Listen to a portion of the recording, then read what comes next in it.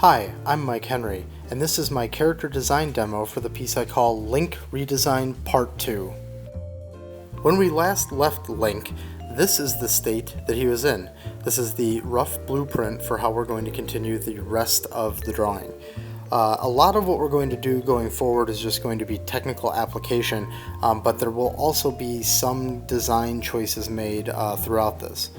So right now I'm using the fat pencil, which I always use in Procreate. That's actually what I've been drawing everything in up until this point, is with the fat pencil. And now I'm just going through and starting to apply some final lines. Now, the state that your final character design is in, or at least your deliverable is in, depending on who your client is, will vary greatly. You might actually need to do something that's just more painterly. You might need to do something that's just rough sketches. You might need whatever. It totally depends. For the purposes of this demo, I decided that I would deliver a clean line with color and some lighting. So that's what we're going for here. The first thing then to focus on is the clean line. Some of what I'm doing in this line art, you could say, can communicate style of how the character will be interpreted in the final product. Maybe, maybe not.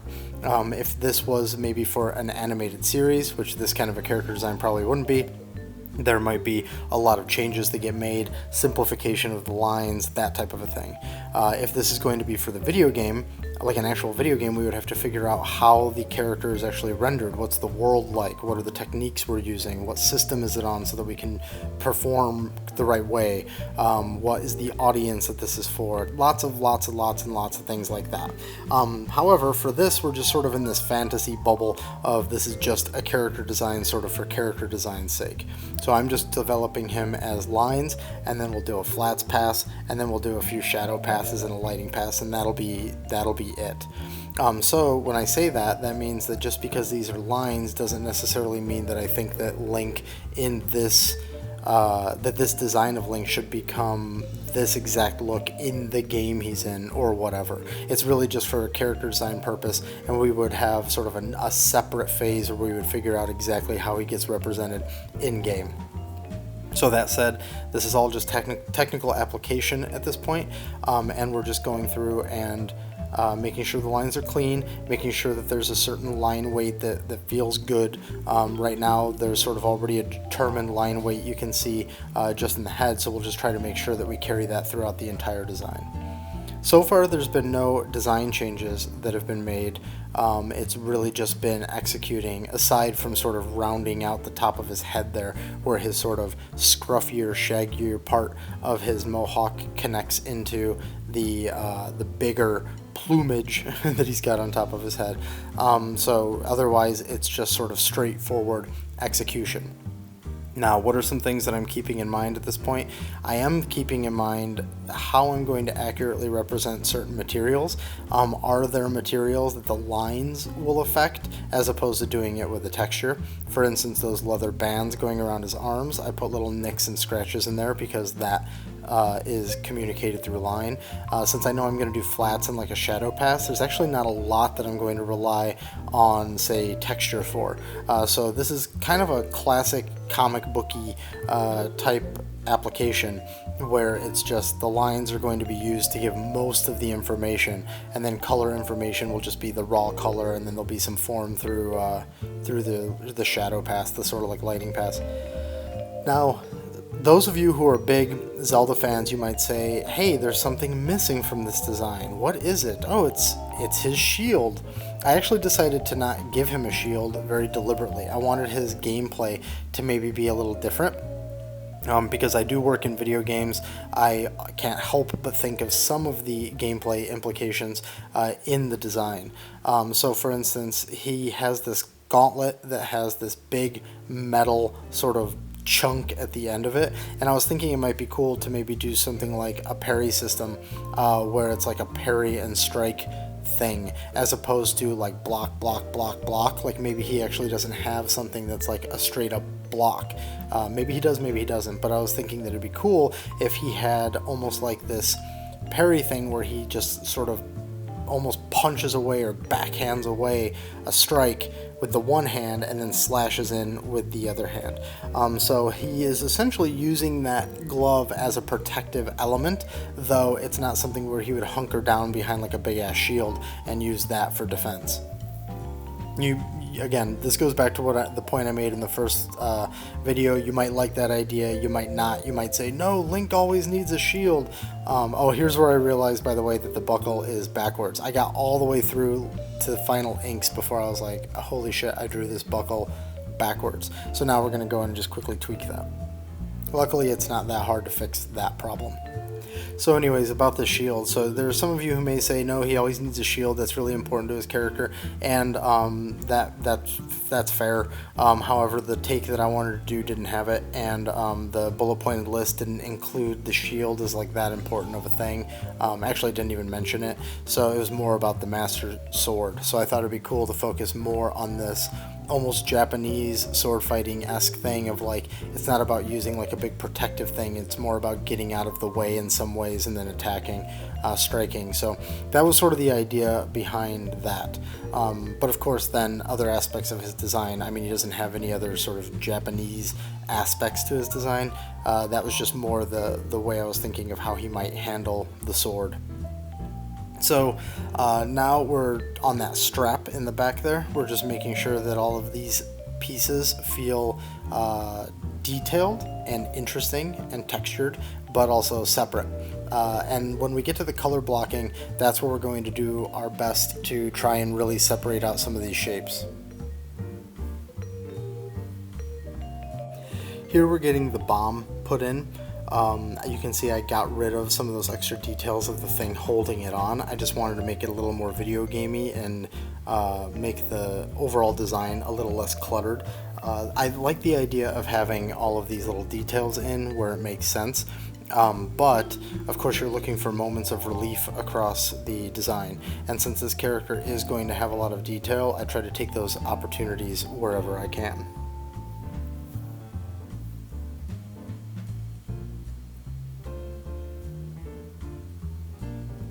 Here's where you start seeing some additional design choices be made. Not necessarily a big design choice, but putting that little stitching in there is going to add a little extra noise. So when we get to the coloring portion, you can see that it stays basically the same color as the backpack itself.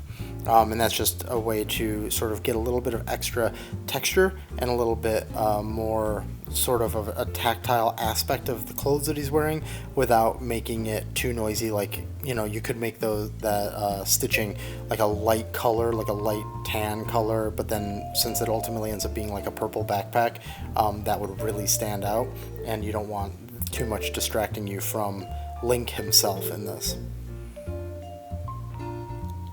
One of the ways that we separate shapes when we're dealing with lines is through line thickness. So you'll see as I go through here, I try to maintain thicker lines trapping bigger shapes, and then try to keep a thinner line for the interior details, although that will change from time to time if I'm trying to achieve something different, like trying to achieve a certain level of shadow in an area or emphasis in some way. So that'll mostly be how you see the lines get handled throughout this.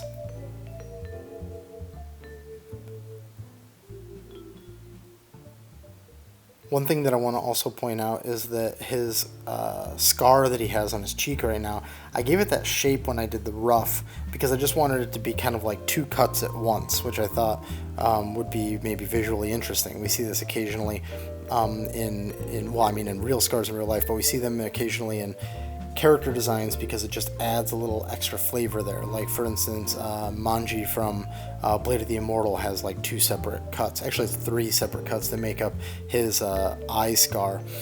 So I wanted that, but then I mean it does look like a cross, which obviously I'm not going for that. There's no need to put anything religious or especially something from the real world in there. So I eventually will change that because I decide that if it's not saying something and if it doesn't clearly look like a compound scar, then I should just make it a simpler scar. So what I end up doing is making it more like a single strike, but that's been poorly stitched, and so it's got like a bit of a serrated look to it.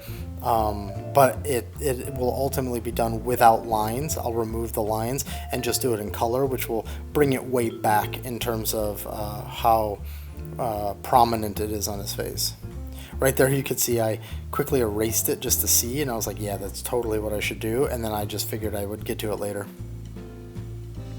One thing I've talked about before, this isn't really a character design thing, but it's more of a technique thing. I talk about this in all my Procreate videos. Occasionally you'll see me draw something, and I'll just draw it like right over something else, and then you'll see the lines get erased away where things were overlapping, and that's all just done by creating multiple layers. Something that I didn't really get into during the character design portion, except when I was explaining the different colored lines I was using, is that using layers in character design, I mean, it's a big thing. To those of you who do character design, or you are a professional working artist, that might be like a no-brainer comment, but something that I want to point out to maybe those of you who are learning how to draw, or you're looking to pick up some techniques, using lots of layers in order to give yourself like the ability to like sketch something really shitty and then lower the opacity and then draw over that on a new layer and then draw over that in a new layer, and then, oh, maybe that didn't work, but since it's a different layer I can erase much more easily. So it's a nice way to sort of do like an old tracing paper method, or like a vellum method or something like that. But just doing it digitally. So don't be afraid to do that, especially when you're trying to be quick and messy at the beginning, because it's nice to have all those different layers so that you can extract out, like, actually step 3 of that 6-step sketching worked out really well. Let's try to pull that out and work with that instead. You'll see that there's some patterning going on his tabard, but nothing going on the part that's like hanging down, the sort of loinclothy part. And that was deliberate. I did that on purpose because I was like, yeah, that'll be a nice, we'll just keep all the intensity up at the top. But to be honest, like, you can't really see all that design because he's got the strap going across it, which I think is fine because layering on all of those elements makes him feel more like a natural character. But then that big rectangle down there just looks super plain now, like it's completely unfinished. So I believe it's when I get to the coloring stage, I can't remember exactly where, I finally settle on a design that I think works for the bottom half, and then I just go through, I create it and finish it off, and it works out way better. So if you're watching it at this point and you're like, that's weird that that's super blank, you're right, that is weird that it's super blank, and I settle it up a little bit later.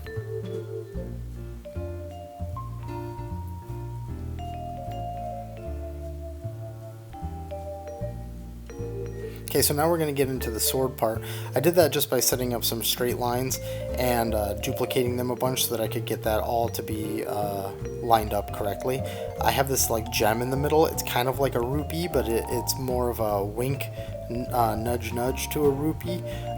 That said though, that would be something that's kind of like a throwback, and I did that kind of accidentally. I really shouldn't have done that in the premise of keeping all of this as original as if the character had never been created before, but it was kind of a nod that I threw in there, and then when I sort of realized that I had done that naturally, I was like, nah, I'll just leave that for now. If this were something though where, I don't know why, but if this were something where Nintendo had paid me to do this and they were really strict about that concept, I would have had to change that for sure. Wow, that would be a bizarre scenario, right? Where Nintendo just calls me and is like, hey Mike, redesign Link as if he'd never existed. So now we're going through and just adding in the rest of the bits of the sword, again keeping that aesthetic. I mentioned in the previous video that the sword was going to become inspired by the sword that the main character from Princess Mononoke has. It's more of like a short blade, and this is longer, but it's got that chopped off end, and that's the way I would imagine this blade would be. This blade would be super straight and then just sort of cut off like a wedge at the end. And I mean, it could be used to stab, but my point is just that it's not the traditional Master Sword that you see Link carrying, that's sort of inspired by more like a fantasy or a medieval sword.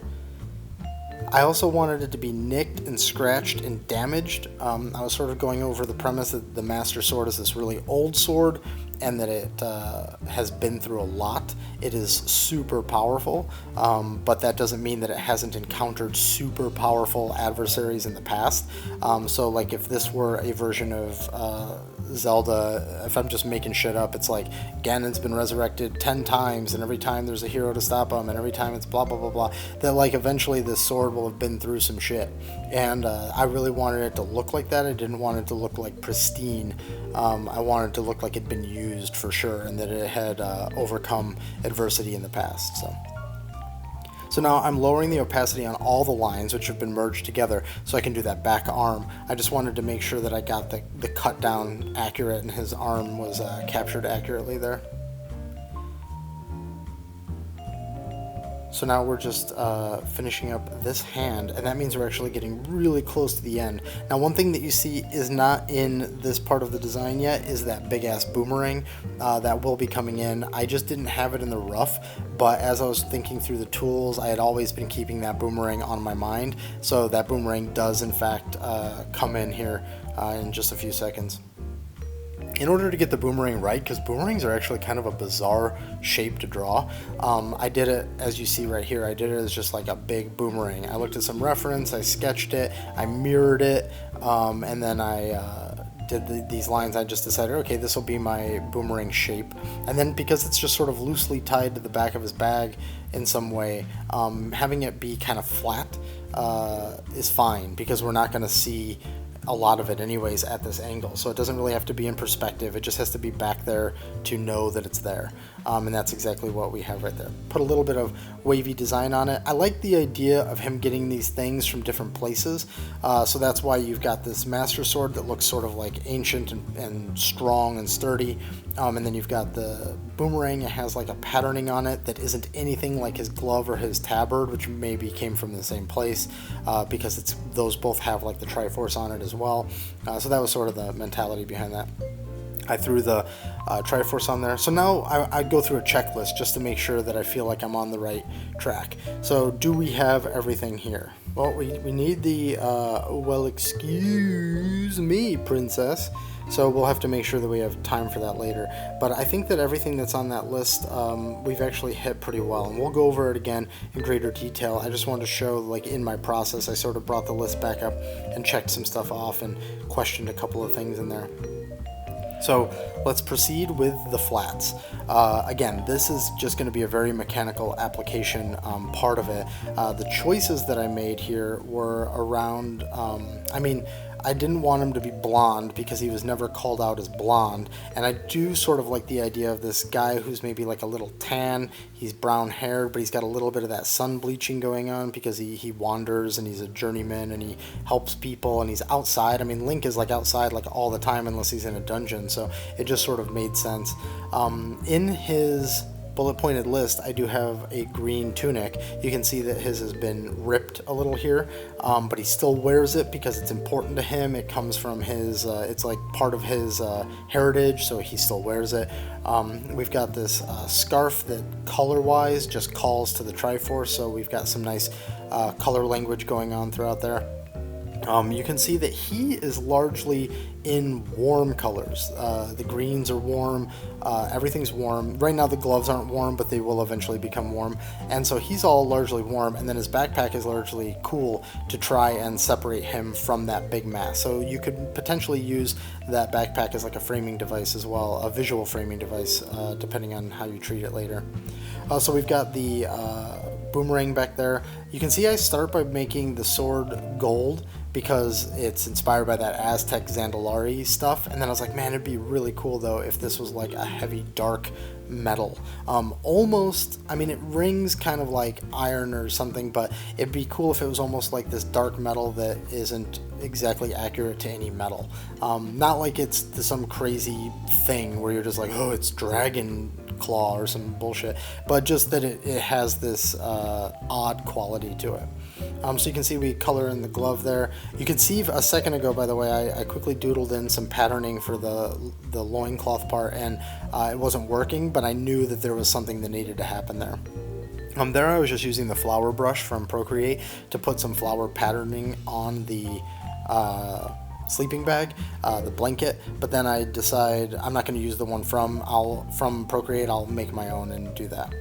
So now we've got this cool, in my opinion, cool Master Sword that's like all these cool colors. It's like this dark gray and with this blue crystal, and I just thought that it looked really nice. And it definitely looks like it doesn't come from any of his other stuff. It's got the Triforce on it, so it speaks to the Triforce symbols, but you could very easily say that, like, yeah, this sword is super old, and then he's got this tabard on. Here are the flats, by the way. And he's got this tabard on because the tabard was made by, like, his people in worship of the sword or something along those lines.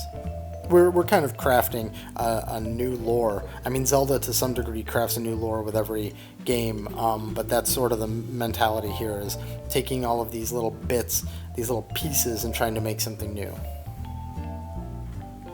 So now we're doing like a bit of like an AO pass. It's not exactly ambient occlusion, but it's close enough. And so then we'll do that, and then we'll do like a direct shadow, and then we'll do some highlights just on some of the materials, because we're dealing with fake materials here, and by that I mean we're not making sure that there's a blanket texture on the blanket and a leather texture on the leather bag, etc., etc. What I wanted to do was only identify the things that would be the most reflective and give those highlights. Something that you'll also see at some point coming up is I will eliminate the lines on the potion on the glass, just to make that material ring a little more true as well. So the shadow here is like a tan, like a very light tan set to multiply, and I use the same shadow for both shadow passes.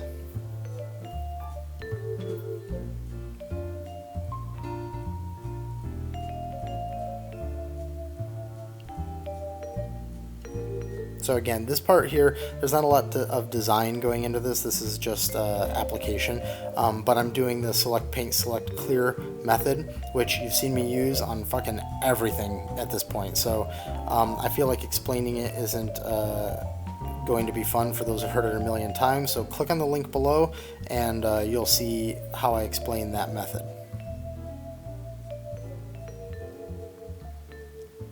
At one point too, I was going to duplicate the lines and blur them and do that old trick because I just thought that would be nice, but it did make the whole thing a little too blurry, and so it didn't feel crisp, so I ended up abandoning that. Also, sometimes that's like an interesting way to do like an AO thing, and if I'm already doing an AO pass, it just felt like it was too much fuzzy lighting going on there. I was trying to figure out how I wanted to represent the final character. Usually if I'm doing this as like a submission, it would just be on like a white or a gray background, something like that. But at the end, I end up throwing him in like a really vague, grass sky with like a white vignetting going on, just so that there's a little bit more to it for presentation purposes. And that's actually a big part sometimes of presenting a character, is presenting them in their setting so that whoever you're delivering the character to can see like what the vision is for the character, where you actually envision them being and what they're doing, and etc., etc. So now, here we are when we've done the AO pass. So he's got flats, the lines are colored and set to multiply, and now we've got our first lighting pass, and now the next thing we're going to do is the hard shadow. So now you're going to see like a direct, a crisper cast shadow. The way that I did those shadows was all just using like the fuzzy airbrush. It's really nice because you make it bigger and it gets big and soft, you make it smaller and it gets crispy and precise, so you can really get a variety of shadow types just with that one brush, which is really nice. So after we do this lighting pass, which there's still or shadow pass, which there'll still be some to go, we'll do the highlight pass. The highlight pass will be done with white set to overlay. Just went real simple with it. This whole illustration has a bit of an animation vibe. I know it's not strict animation vibe because it's not it's too complex to make it be affordably animated, but it does have a little bit of that vibe. So I just wanted to keep things simple and crispy and make it so that nothing's really getting in the way of interpreting the character. Now you can see his loincloth part of the tabard has a design that echoes the top. I didn't want there to be like a bajillion triangles, but I kind of ended up with a few more triangles than I really wanted. It was just a nice way to echo the purpose of the character, so that's what ended up happening. So we've got the Triforce on the sword, we've got a triangle on his glove, we've got a triangle on his loincloth and on the upper part of the tabard. But the cool thing is there's a lot of stuff that's speaking to each other. The glove pattern speaks to the top of the tabard. The bottom part of the tabard has hints of what's going on in the others with the circle and the triangle, etc. And then of course the full-blown Triforce on the sword is sort of the most realized version of that reference, I guess you could say.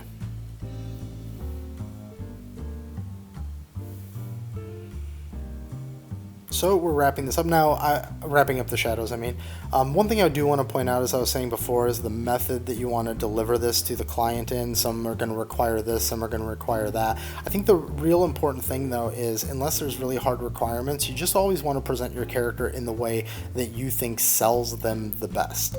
Eventually, depending on the company that you're working for or yourself or whatever, you're going to test it or you're going to get some sort of feedback on it. Here it is now with the AO pass and the direct lighting pass. You're going to get all these kinds of people weighing in, so maybe your idea ends up not being the one that they go with, or they still want to change it. But the important part is to always have like a high level of presentation so that when people are looking at the work, they're not judging it based on qualities other than just the design. Meaning if you present it and it's kind of shitty and they're like, oh, this is kind of shitty the way you presented this, or the graphic design on this character sheet is really obnoxious. Even though people will try to not let those things influence them, people are human and sometimes that happens. So just always try to make sure that you're presenting everything at a high level of quality unless something else has been directly requested. So now that we're doing the highlight pass, you can see he's got highlight in his hair. Well, once I turn those layers back on again, you'll see he's got a highlight in his hair. There's highlights in the metal and on the gem in his sword. There's the metal on his glove, the metal on even like the buckles of his the straps that are going around his blanket. And then you can see that by adding a little bit of extra highlight on like the very end of the handle of his sword, we've now made it look like there is actually a facet to that thing. It's not a circular thing that's going around. It might be shaped like a square or a hexagon or something like that. This is me just using the symmetry tool real quick to make a real simple flower, and then I'm just duplicating it like a bunch, and then I'm just going to use that as the pattern. It's a flat pattern. It's not actually following the geometry of that knapsack, or not knapsack, but blanket really closely. I don't know why I can't remember that word, but it's enough that you can sort of see what the purpose of that is. Maybe he got that blanket from his mom, maybe he's just had that blanket forever, maybe he just bought it and that's why it looks so nice. But the point is that it adds a little bit more story there to that. So now the last pass that we're going to do here is the sort of like special details pass. This is where we're doing things like rim lighting, and we're adding, like you can see there's now light from where the potion is having light pass through it, and then it's hitting the shadow on the boomerang. There's just a bunch of stuff like that that's going on across here. The most consistent thing is the rim lighting. This is just an overlay white, although unlike the highlight layer, the opacity is a little higher because it's just a little bit more intense. So now I'm going across and just making sure that that is applied in the way that makes the most sense. And this is really just to fill out the dimension of the character. It's not like exactly accurate to his environment. It's really just when you've got that core shadow and you've got the rim light and you've got the highlight, it just really makes everything feel more tangible in 3D. The last thing I just threw on there was just a vignetting where he's filled black, and then I erase the parts I want the viewer to focus on, and then I lower the opacity of it overall so that we can still read what's going on there. And then here, of course, I put the most important thing in because we had to get that in there. So now I'm just tweaking a couple of extra little values, and now I want to start highlighting everything that we've got going on here. All the points that we hit that were from that original bullet pointed list, did we actually sort of communicate everything that we really wanted to communicate? Did we achieve our goal is really what I'm looking for here.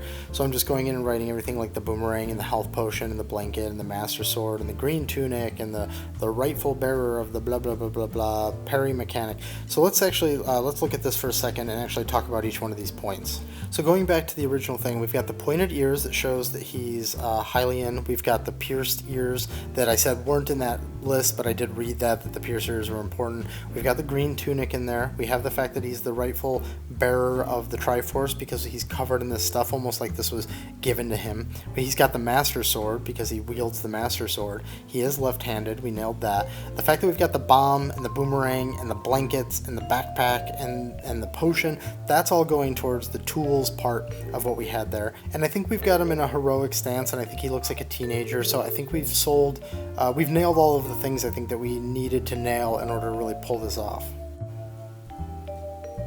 So now let's look at this from a story perspective. Have we communicated things that tell a story about this character? Because I find that to be the most important thing, is that you look at this character, you connect with them, and that they tell you a story. So what do we have here that tells a story? We've got the pierced ears, which is maybe that's a very important part about where he's from. The pointed ears, which we know it means that he's Hylian. He's got the scar on his face, which means that he's been through something. He's not just somebody who's in a castle all day, being taken care of. The blankets and the backpack show that he's a traveler. The green tunic speaks to specifically the idea that his people are given these tunics. Then we've got all these significant symbols across his armor and clothes, which makes you say, well, who is this guy? Where's he from? What's going on here? There must be purpose here. And of course we've got the Master Sword, which just tells a story just in itself. And the overall ensemble really brings together somebody who looks like they've been through something and they've arrived and they're here to do something, right?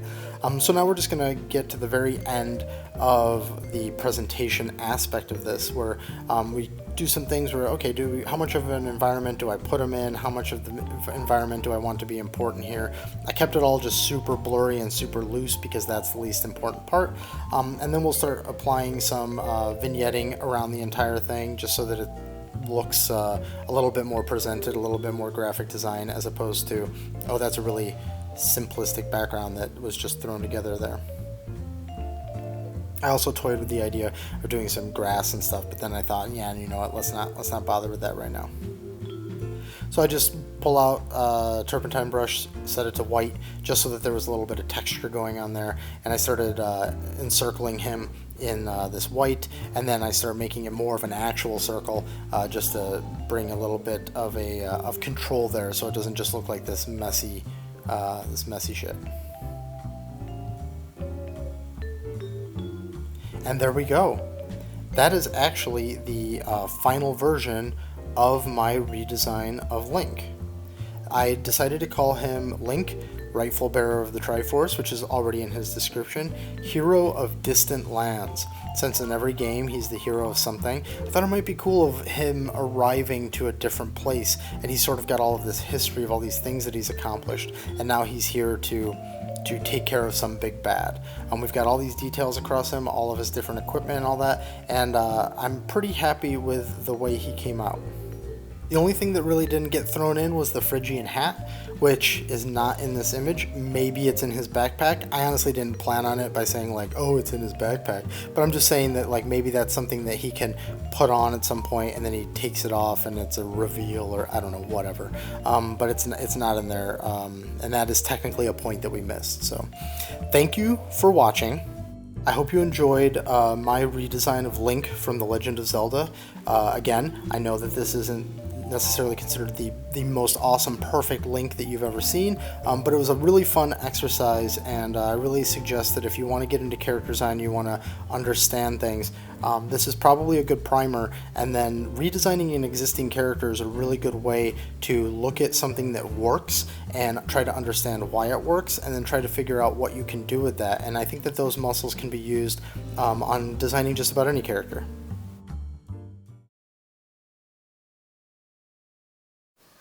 But wait, there's more! I had a lot of fun redesigning Link, and I thought that it'd be really cool if you all participated in a little bit of an experiment with me. So I would love to ask if you would like to participate in a Zelda redesign challenge. Now, this was suggested to me by a buddy named Grizzly Miller on Instagram. He said, "Hey, if you're doing this Link redesign, like, why not have some other people try to participate in it as well in some way?" And he suggested having everybody draw other members of the Zelda cast. So I thought, what a perfect idea. So here you can see Link is 3.6 heads tall. That puts him, he's a teenager, so that would mean like a kid is around 2 heads tall, maybe 2 and some change. An adult would be 4 to 4.5, something like that. So your challenge is to pick any other character from the Zelda series and redesign him, fitting the look and the vibe of what I've got going on here with Link. If you are interested in doing this, submit your design to zeldaredesignchallenge@gmail.com, a little thing I made just so that we could do this real quick, and I'll feature all of them in a future video, and I'll pick my favorite and give some feedback, and we can actually have like a bit of a game design, or excuse me, a character design feedback type thing. So hopefully you guys are all up for that, and let's say give everybody like 2-3 weeks, and we'll see if we have enough submissions to go ahead and do that. So thanks again for watching, and I hope to see a bunch of submissions in there. And if you're looking for me on the internet, these are, of course, all of the places where you can find me.